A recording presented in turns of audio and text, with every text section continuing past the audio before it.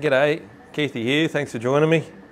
We've got an evening Coke here and it's a little bit darker than it usually is when I do these mining videos. Why is that? Well, I'm actually going to do a chat, so you get to actually see the mining participant who I'm going to chat with tonight, Cohen. So I've just finished the chat with him now. Thanks very much for the conversation, Cohen. It's a really good insight into getting into the mining industry and seeing what it's all about from a starting position. And we're going to talk about how Cohen got there, what he does, how you can get there, and generally what life's all about for Cohen and the mining industry for what he does. So stick around, guys, grab yourself a drink, and let's see what Cohen does in the mines. Well,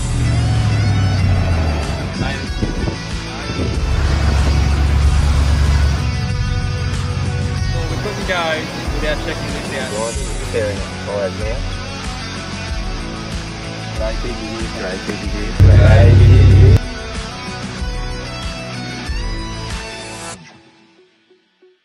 I appreciate the opportunity to jump on. No, it's good, man. I've had a couple of people have chats, so it's good to get a bit of input from everyone, and people that do all sort of different things, you know. I thought I'd be a good one to get on just because I started out. I remember I messaged you, a fair way before I got into mining, and then I eventually got in through shutdowns. So I thought it'd be good for people to hear about. A lot of your viewers are sort of your age and very experienced in the industry, which is great to hear from. But there's no sort of newcomers jumping in. So no, that's it. And you've been in it for a couple of years now, eh? Year and a half, yeah. That's all right. Just on a year and a half there. So yeah, it's pretty good. Yeah, and you didn't find it hard to get in or anything like that? I actually found it very easy, a lot easier than I thought it was going to be. Yeah. But that was definitely because of getting in through shutdowns and what was going on. When I got in, it was just as everything was coming back out of COVID. Yeah. And so it was like, everyone from the East Coast, you're not allowed to come. Everyone from WA, you've got to stay on site for extended periods of times. Like a lot of my workmates that were in through COVID, they were doing extremely long swings, because they weren't allowed to be doing too much moving around. So then when all that stuff sort of subsided, it was just like, quick, let's get everyone back over here, And I just so happened to be, I was obviously unaware of all that, but I just so happened to be looking for a job at the same time and got lucky to get in through that. So I found it definitely extremely easy, which was good for me, Did you find it sort of navigating your way through the mines to go from so you're sort of, what are you doing now? You're not a contractor anymore, are you?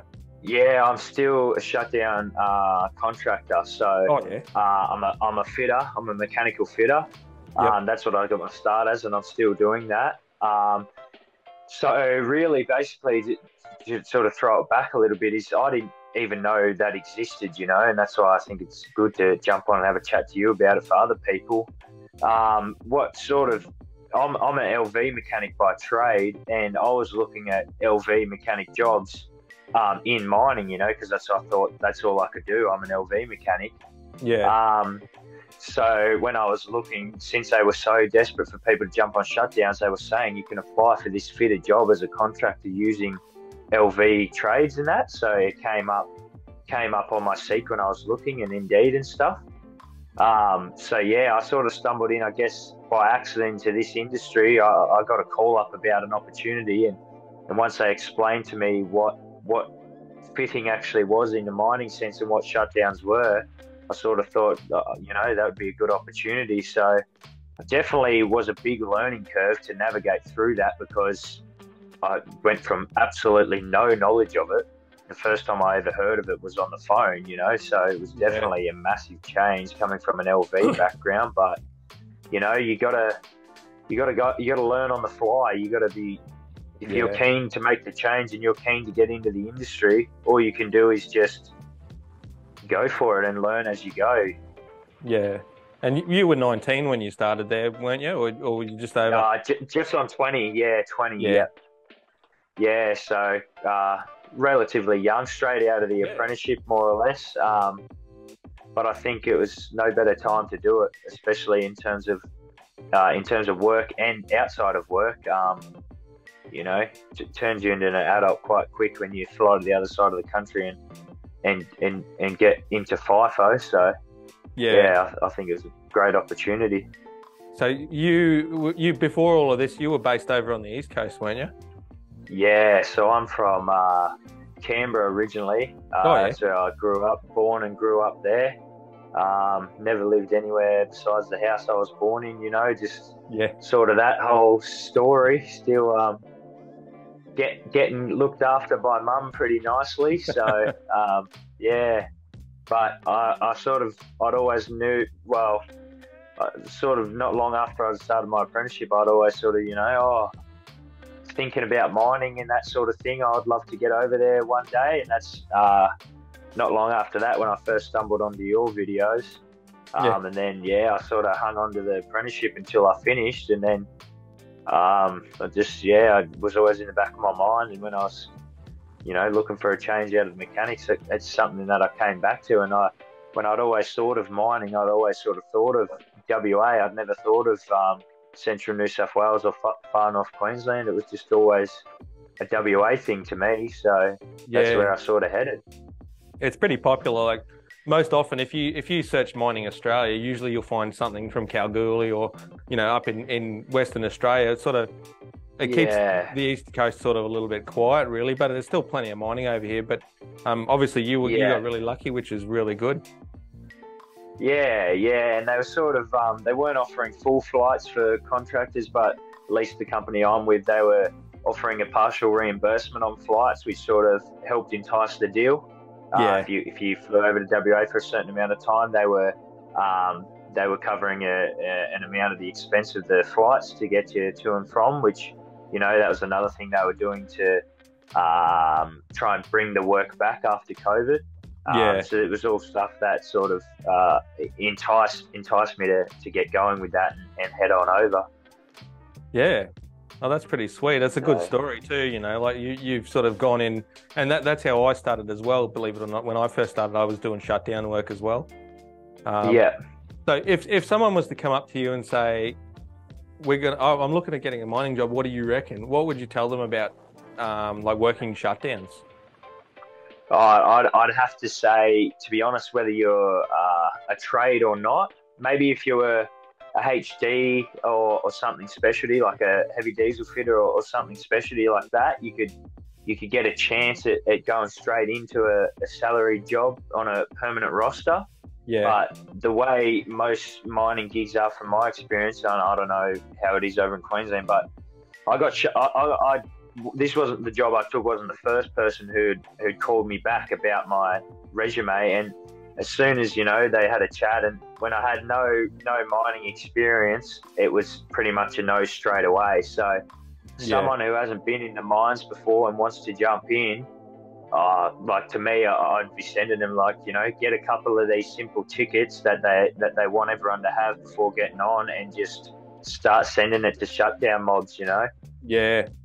Come out. The thing that's so beautiful about shutdowns, I mean, it helps that there's so much work going at the minute, but they're all casual, which, you know, benefits and weaknesses. But the thing about it being casual is you can come over do a 6-week swing and you know, if you're from the east, do a 6-week swing or a 4-week swing and head home. Or if you're locally in WA, just fly up, do a few shuts. You're only casual, you know. If you don't like it, you just ring them and say, this isn't for me, and it's no harm done. Do you know what I mean? Like, if you're thinking about getting into it, just give it a go, you know.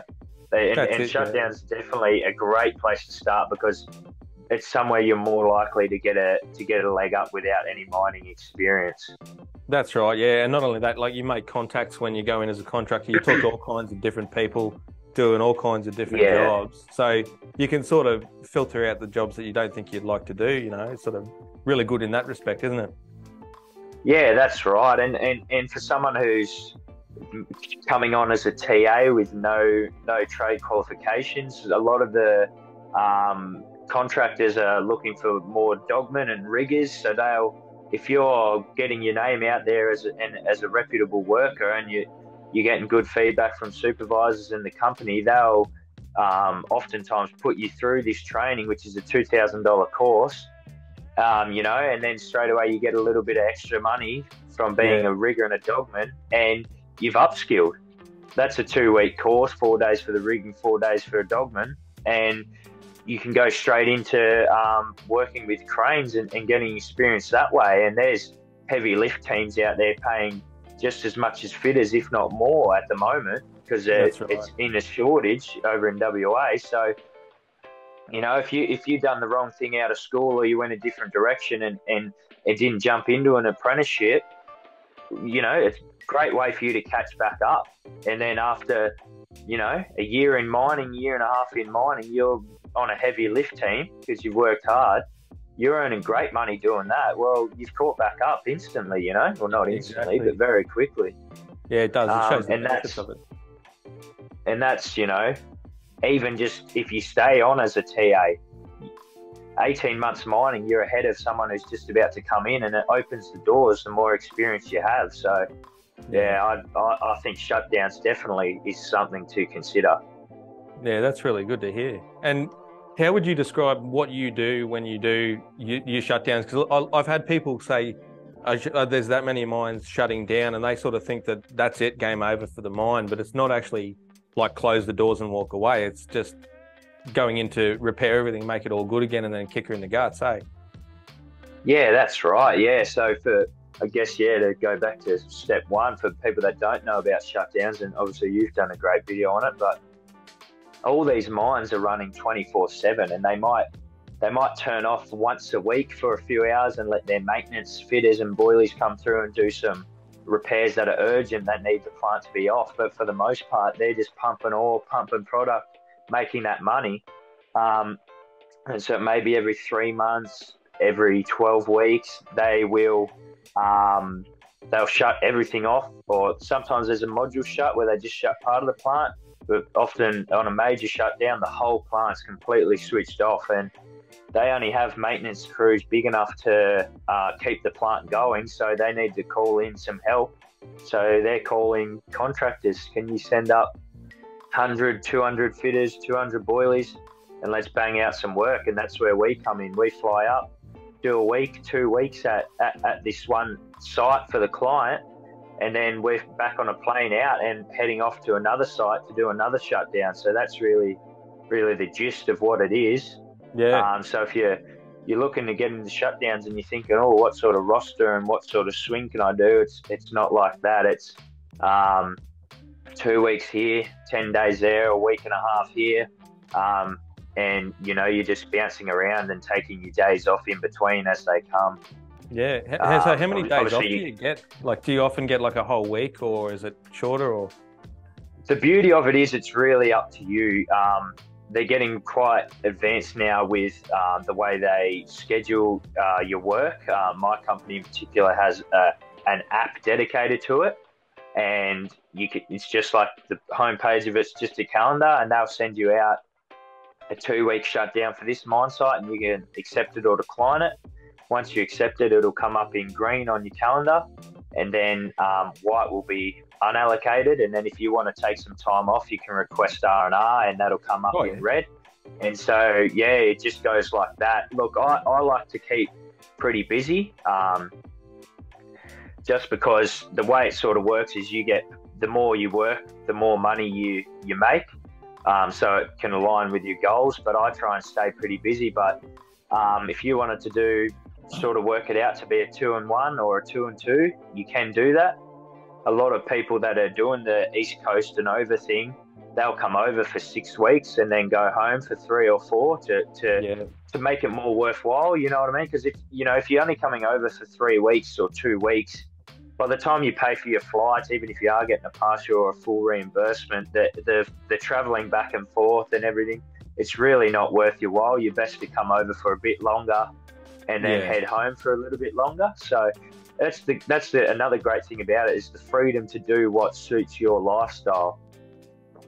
That's it. That's what I found at the start too, was like young fellas can go out and just go hard, work work and have, you know, bugger all time off. And then sort of the blokes that are in their late 20s and 30s are starting to have kids and all that kind of thing can sort of back off a bit and work around the family and all that kind of stuff too, can't they? Yeah, and that's exactly right. And you know, I've worked alongside people my age, even older, that are working just as much and just as hard as me.